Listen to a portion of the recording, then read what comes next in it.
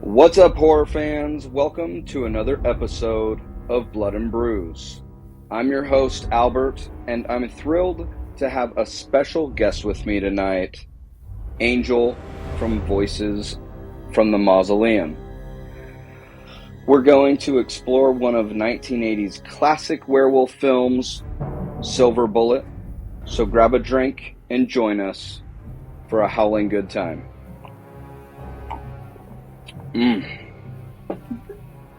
So are you drinking anything tonight? Nothing as adult as you. I just have cherry Coke. It's just in a very big cup. Okay. Well, I'm just drinking an American lager from Original Pattern Brewing. It's called Get Dead. Oops. Get dead. I It's love pretty the can. That's tasty. pretty. Well, it's a 4.6%, so it's pretty light, and I Yeah, feel like it's a smooth, easy drinking beer. And yeah. I had this one on my last video, and I noticed that I can drink it and hmm it's enjoyable instead of if I accidentally drink too much, then I'm just like, ha ha. You know what I mean? I so, definitely know what you mean. Yeah, so yeah. yeah. Okay, so Silver Bullet is rated R. It's a horror fantasy film running 1 hour and 35 minutes, starring Gary Busey, Corey Haim, Everett McGill, and Megan Follows, and is also based on the 1983 book Cycle of the Werewolf, written by Stephen King. Now, did you know that? I know you're a bit of a writer yourself, so Yeah.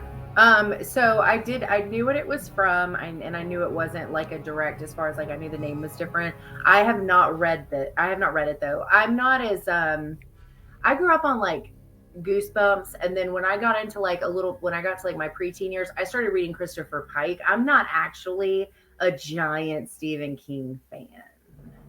Like I like the movies and the shows, yeah. but I just like I'm not like I'm just not one of those people that's like super into his books or anything.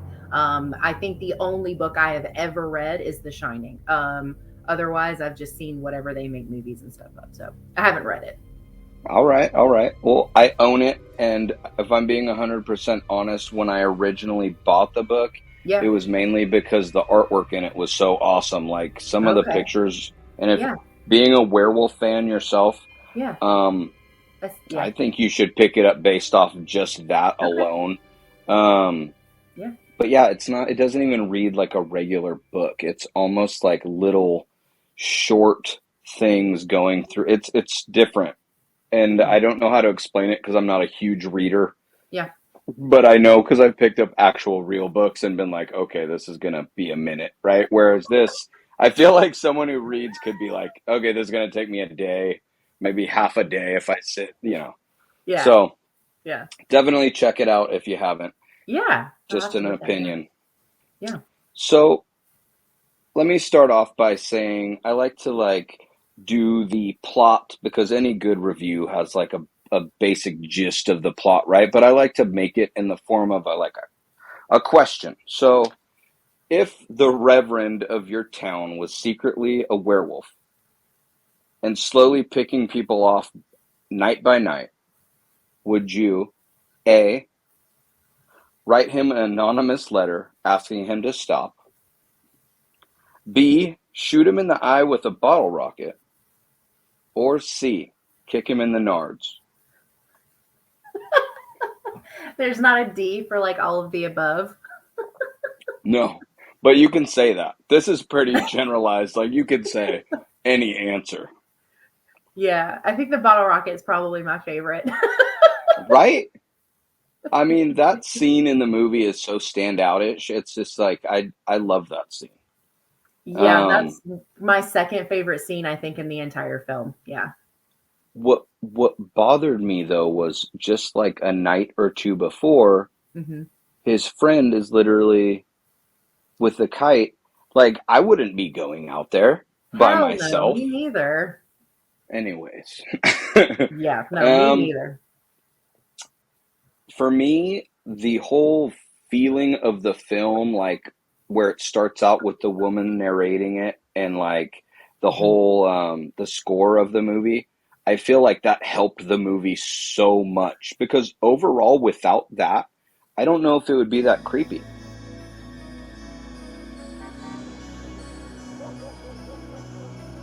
Our town's long nightmare began that night. But like just hearing her voice like narrate like and Yeah. saying his Marty's name and stuff, Yep. it, it it just added that whole other like feeling to the whole thing. Like what do you think about that? Yeah, no, I actually was thinking similar things. So I rewatched it today because it's probably been like a year since I've watched it last because it's one of its top five werewolf movies for me. I absolutely love this movie.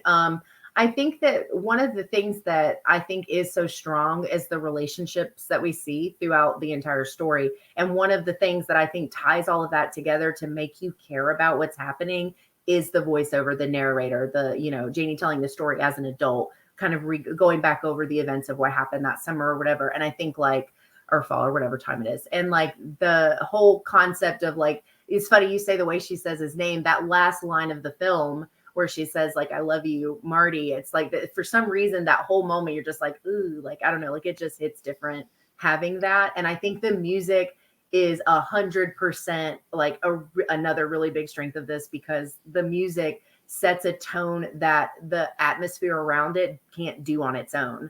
So that those I totally agree. Those two things make this a much stronger film than it would have been otherwise. Totally agree. Agreed. Yeah. Yeah. Um, do you think that they could remake this film nowadays? Because just seeing like if thinking about it, right? Like you have Mm-hmm. the kid that's handicapped, you have Yeah. the sister, and then the reverend, we're talking about like the church stuff. Everybody's like super high sensitive about that. And Yeah. so these days, not only that, let's just talk about the damn wheelchair. What the hell would they make that? It'd be like a rockets on it and stuff. Like at this point, like nowadays, if they made that thing a super wheelchair, it'd have to be like something ridiculous. It couldn't.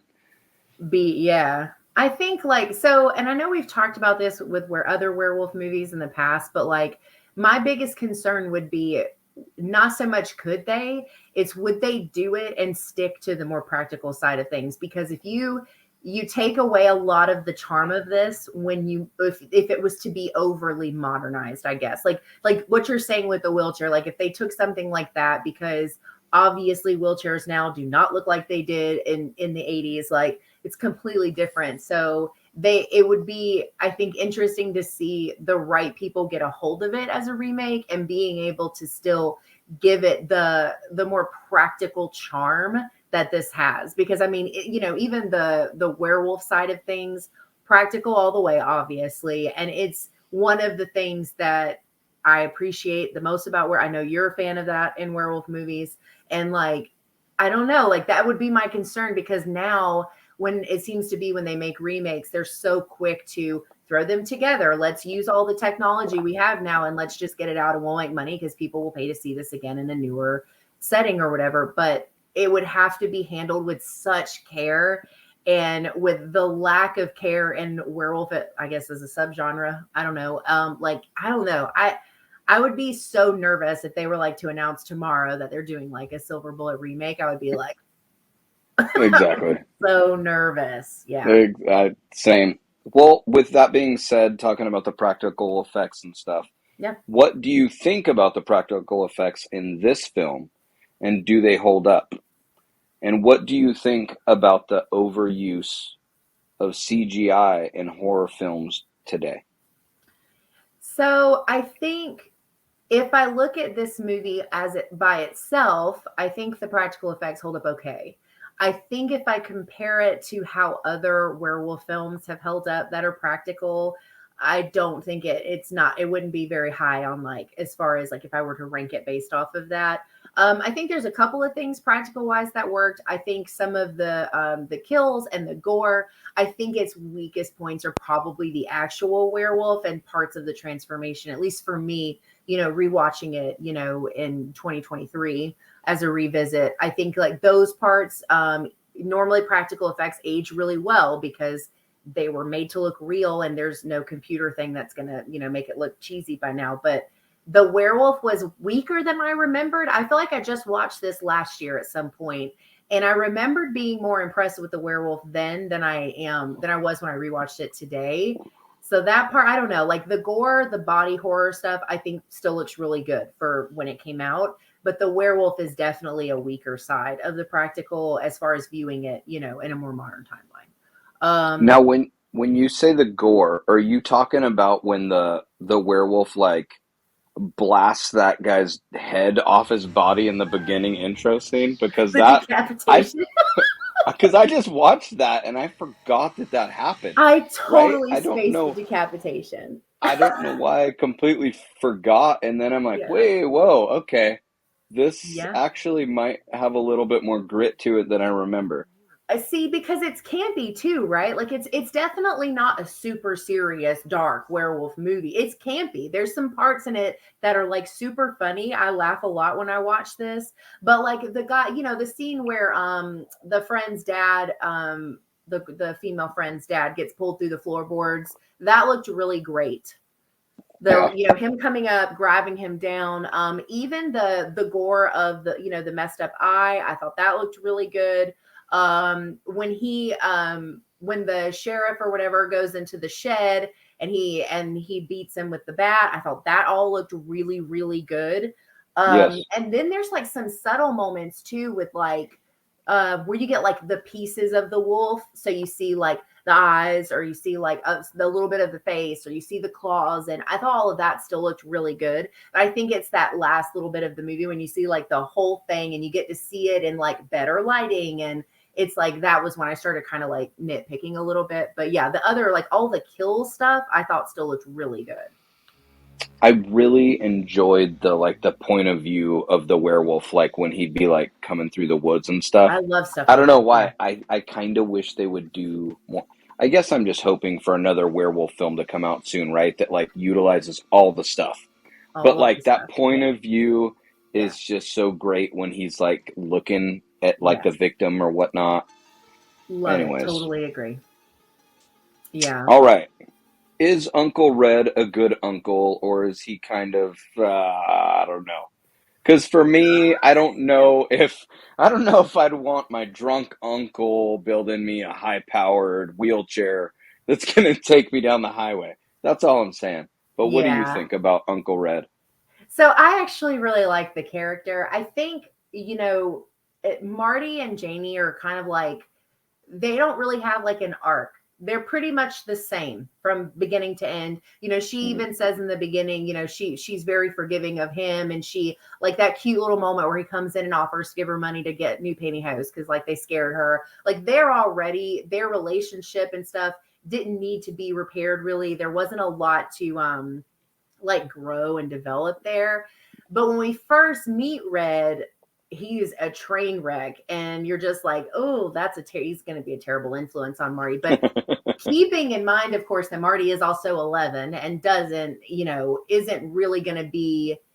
It's kind of like a lot of kids think that the dangerous people are like the cool people. But I think that there's that moment when, he's arguing with his sister, when Red's arguing with their mom, rather, and they're arguing, and she says, I'm worried he's going to give up, and I don't need you showing him how to do it.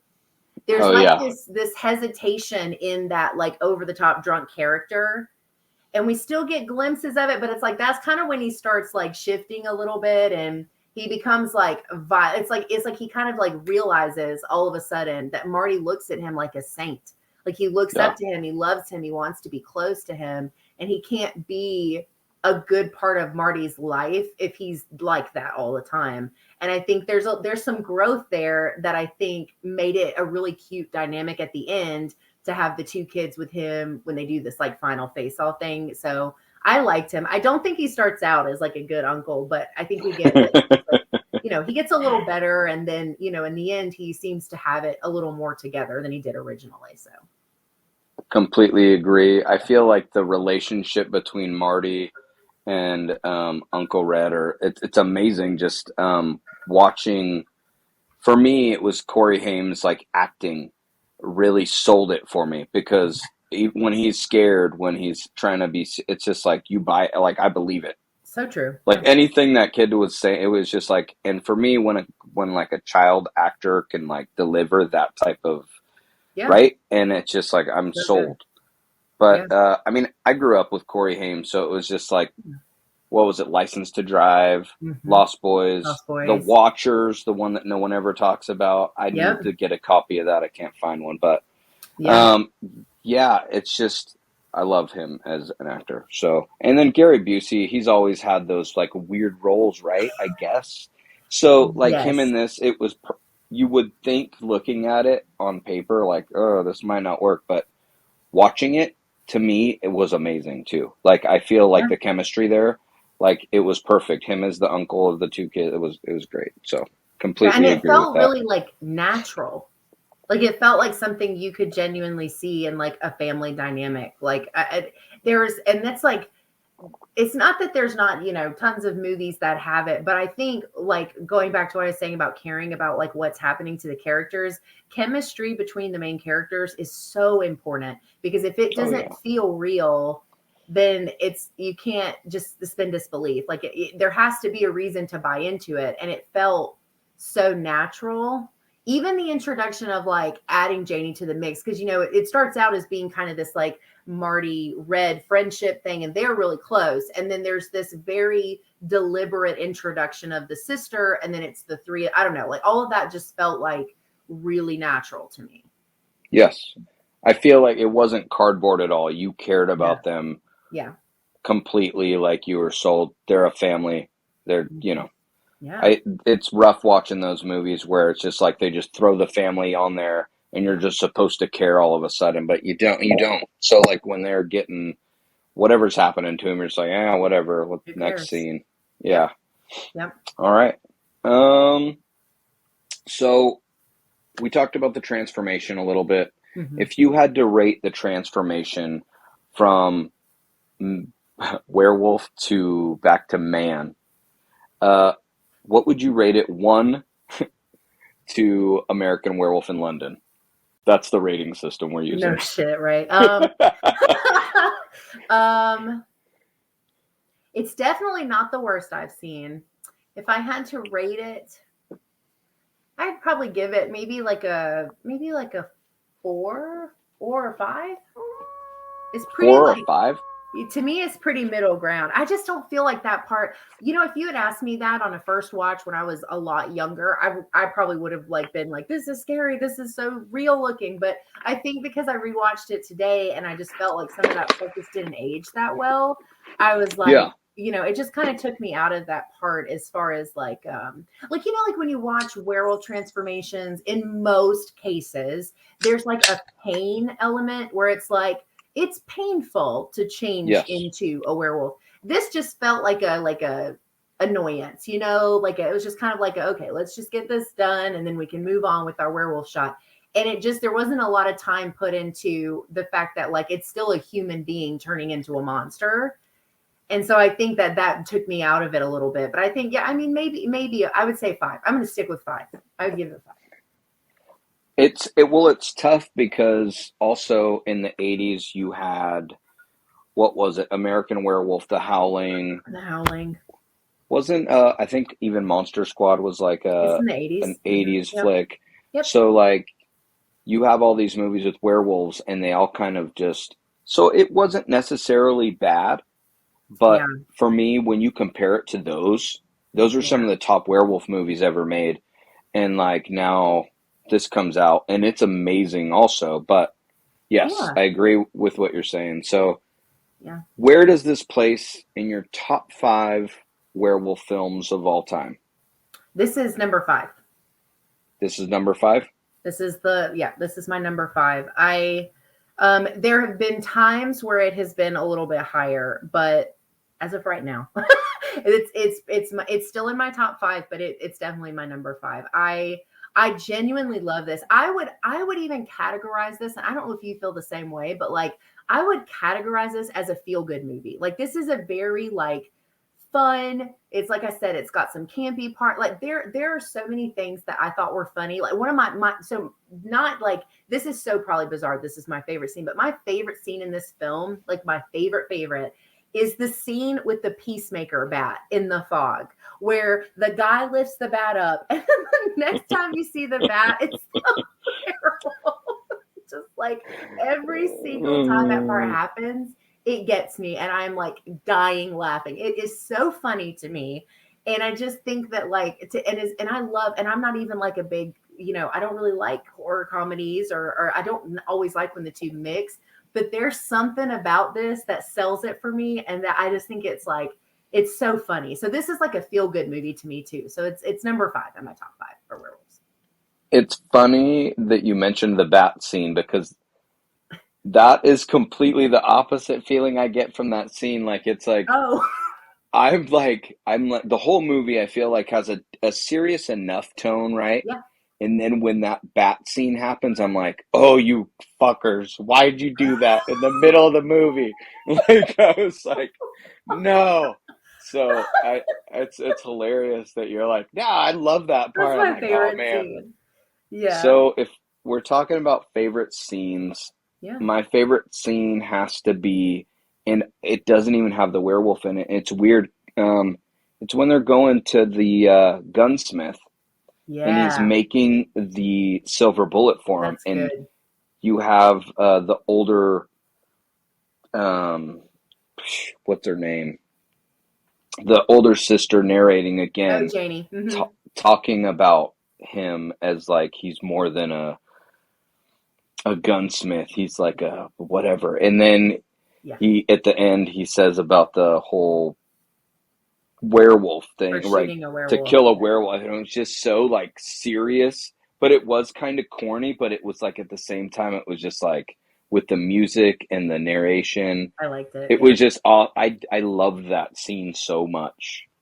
I think and I really like that scene too, because I also liked this weird notion that like this guy knows some shit. Like he like the way he looks at him, and he's so serious. And of course they don't present him to be this like, town crazy person or anything like that. So there's no reason to believe that he's just into that stuff already or whatever. But there's something about the way he makes it, and then the conversation they have after when he gives it to Red, that you're just like, he knows, like he knows something. Like He's been through some shit he has for sure. seen, yeah. There's just something, and I really liked that because when you see scenes like that, a lot of times those characters are like NPCs, right? Like they have like a specific point, but there's not a lot of depth. But I felt like that added like layers to this character that's literally on camera for what, 2 minutes, 2.5, 3 minutes, and I really liked that. I love that scene too. That's a really good one. Yeah. I don't know why it's the one that stuck out, but all right. So on the gore scale, and let me get this so you can see. I watch your stuff. I've seen this before. So what would you rate this film on here? In general, not as a werewolf film, right? Because I feel like that's like two different We're things. just talking horror movies. Horror movies in general. Okay. Yes. And obviously it's probably not going to be very high. No, I would say bloody. I would just say bloody. Yeah? Yeah. I would say in between bloodthirsty and bloody, Bloodthirsty and bloody. because I feel kind of the same way. Like, again, that scene surprised me in the beginning with the head getting just Yeah. knocked off. Yeah. Like he literally just volleyball struck his dome Like off. no problem. Just what? Yeah. That was hilarious to me. But yeah. So okay. Yeah. Can you rate this film for me 1 to 10? Yeah, so I think I don't know if I've ever rated this one out loud before. At least not for content purposes.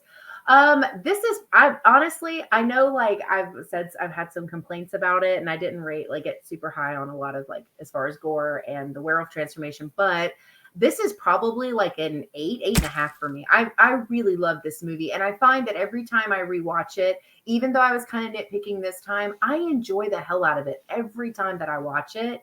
And there's not, there's only a handful of movies I feel that way about. So I would say 8.5. I would go ahead and also say 8.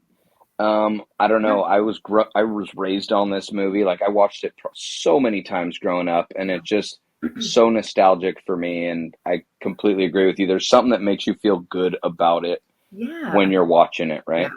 Yeah. So if there was something or a reason that you could give someone that they should check this movie out, like that was into horror, maybe they like werewolf movies or something, what would you tell them about this flick that would be like, hey, this is why you should watch it? Um, I would probably say, I know this wouldn't be a winner for just anybody, but I think one of the things that makes it so good for me and that I would think would be a good selling point would be that it does a really good job of combining a monster movie with like a summer fail. I say summer. I don't even think it's in the summer, but it's like a very like family like time. Like I don't know. Like there's something about like the combination of horror and the feel good side, like because it's so relationship and family driven.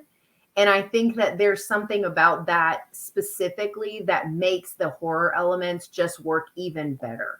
It's not just, it's not just a mindlessly gory movie, which that's fine too, but it's not just, there's not a bunch of jump scares or like, it doesn't fall into any of that other stuff. It has a really good story. It has super believable characters with relationship dynamics that make you invested in what's going to happen to them. And that's what makes the horror work. And that's like probably what I would think would be my selling point. All right. I like it. Yeah. I'll probably check it out. You'll get to it, add it to your watch list. Yeah. So if you could think of a film that you might be able to say put in the same feel good vibe, or that you could double feature this flick with, what would be your go-to that you could like say, oh, you like this flick? Maybe you should check out this one as well.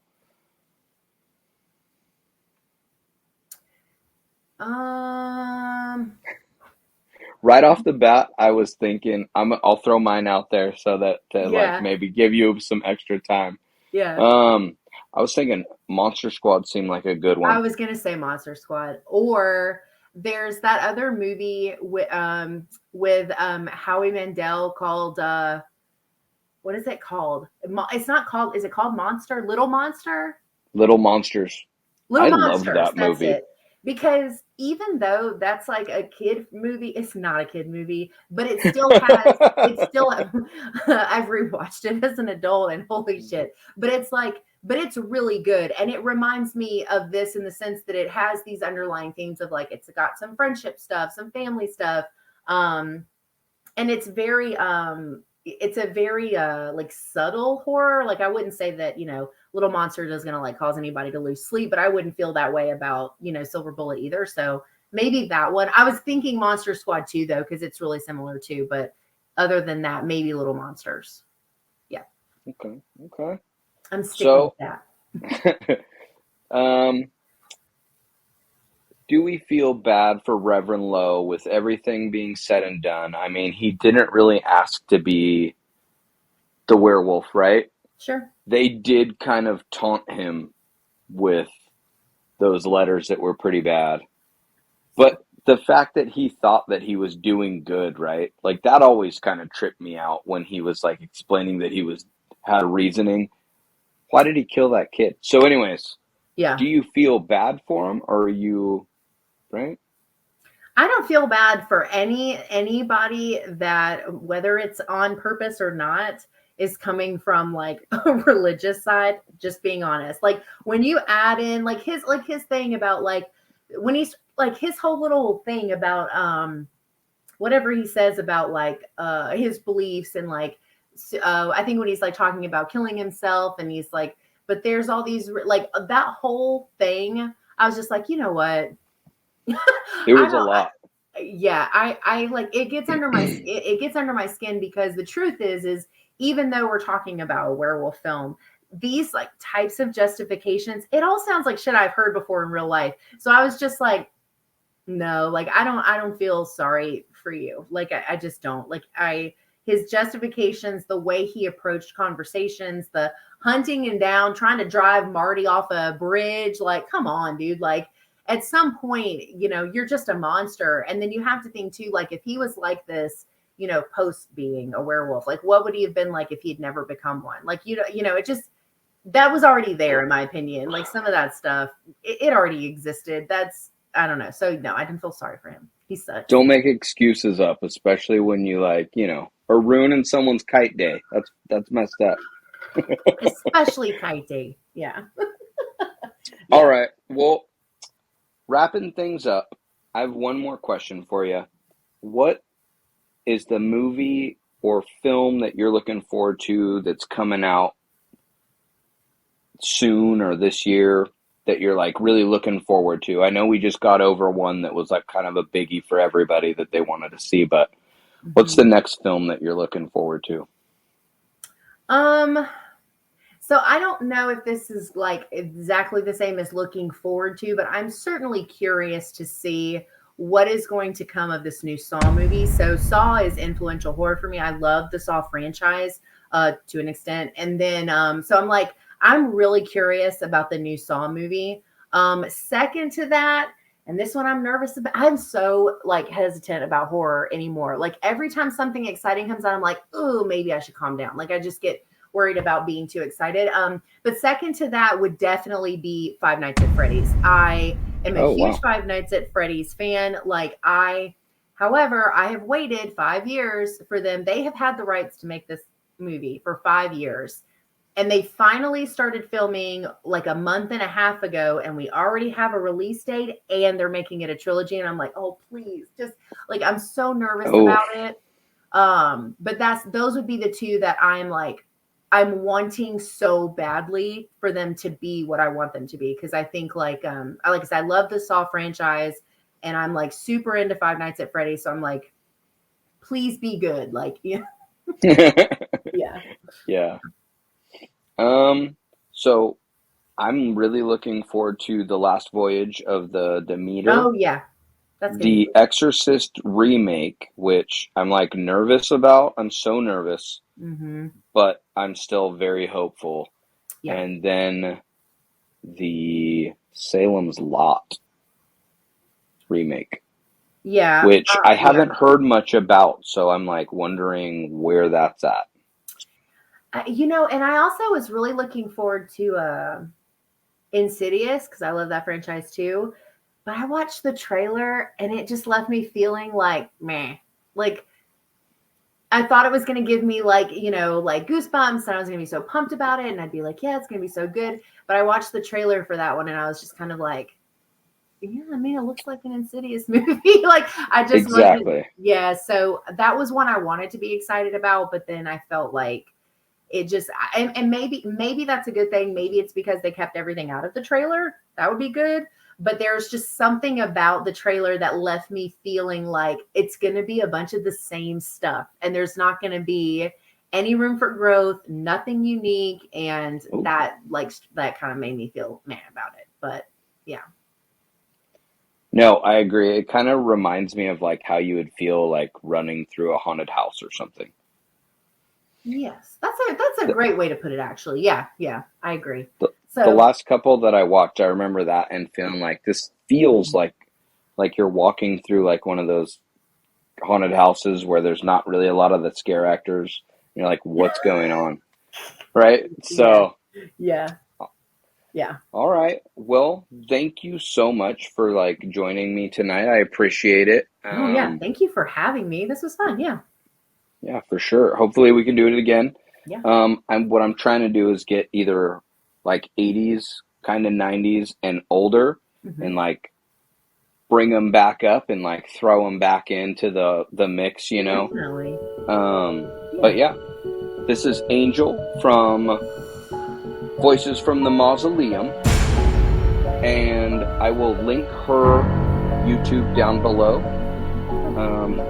Thank you everyone for watching, and yeah, have a good night.